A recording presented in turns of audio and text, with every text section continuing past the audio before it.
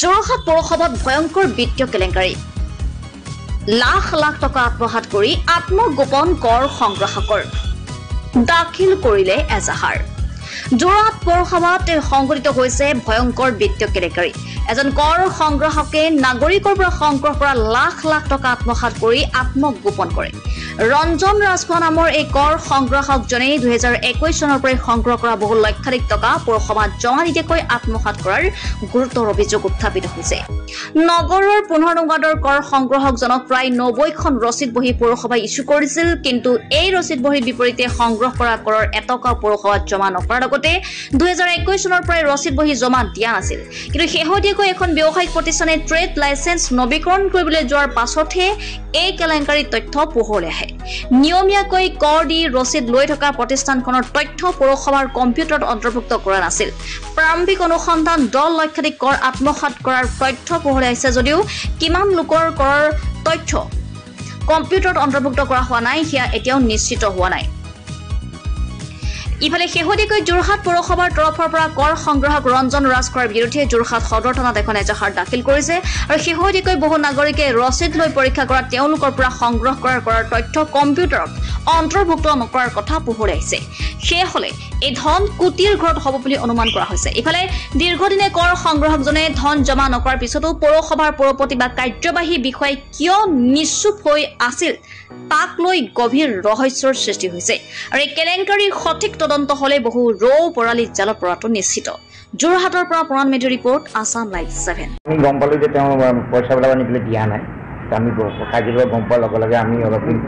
চৌকচ কৰিলোঁ নটিচ কৰিছোঁ নটিচ কৰাৰ পিছত যিহেতু তেওঁ হাজি নহ'লে ফিজিকেলি হাজি নহ'লে গতিকে আমি তাক তাৰপিছত এফআইআৰ কৰিছোঁ কিমান বছৰৰ পৰা ঘটনাটো হৈ আছে এইটো গম কিমান বছৰৰ পৰাতো আমি এতিয়া গম নাপাওঁ ফটকৈ গম পাইছোঁ বছৰ আমাৰতো নতুন আমি 2 বছৰে আমি আগতে তেনেকৈ হোৱা নাই চব বস্তু বিশ্বাসত এৰি দিয়া হয় এইটো বিৰাট লজ্জাজনক আমাৰ বেছি ধিক্কাৰ দিবলগীয়া হৈছে গতিকে এইটো আমি ইনকুৱাৰী তদন্ত কৰি থকা হৈছে এইটো কি হৈছে পিছত আমি গম পাম এফআইআৰ লজ কৰিছোঁ এফআইআৰ আমি 3জন দিছোঁ ইউ দিছে মই চেয়াৰমেন দিছে মই দিছোঁ 3জন দিছোঁ এফআইআৰ 3জন কৰি কৰা হৈছে এইটো আমি চাব পাৰিম টেক্স কালেক্টৰসমূহ আপোনাৰ অধীনত থাকে আপুনি সেইসমূহ নিৰীক্ষণ কৰা নাছিল নাই নাই আমাৰ মোৰ সময়ত নহয় আৰু ধৰক আমাৰ টেক্স দাৰোগা আৰু বৰবুথত থাকে টেক্স দাৰোগাটো দুমাহ হৈছে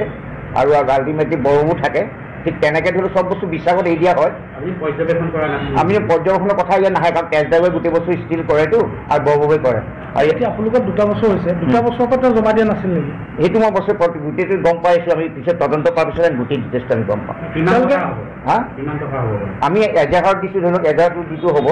এজাহাৰ কথা মই কৈ দিছোঁ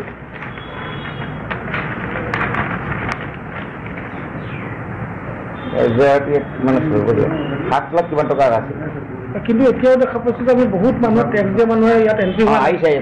সেইকাৰণে মই কৈছোঁ নহয় তদন্ত কৰি থকা হৈছে একজুৱেল ফিগাৰটো আমি তদন্ত কৰাৰ পিছতে গোটেই ডিটেইলছ তদন্ত কৰাৰ পিছতে আমি গম এতিয়া আমি 10 লাখৰ ওপৰত গৈছেই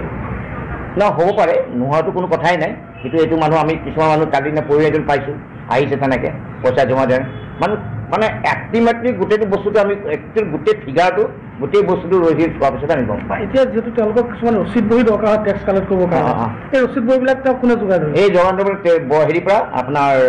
ষ্ট'ৰৰ পৰা আনি পেলাই টেক্স দাৰোগাই এইটো যোগান ধৰে টেক্স দাৰোগাই আগৰ বহিবিলাক জমা নোলোৱাকৈ আকৌ যোগান নতুনকৈ ধৰিছিল সেইটো মই টেক্স দাৰোগাক কৈছোঁ কাৰণ যিহেতু তেওঁ দুমাহ হৈছে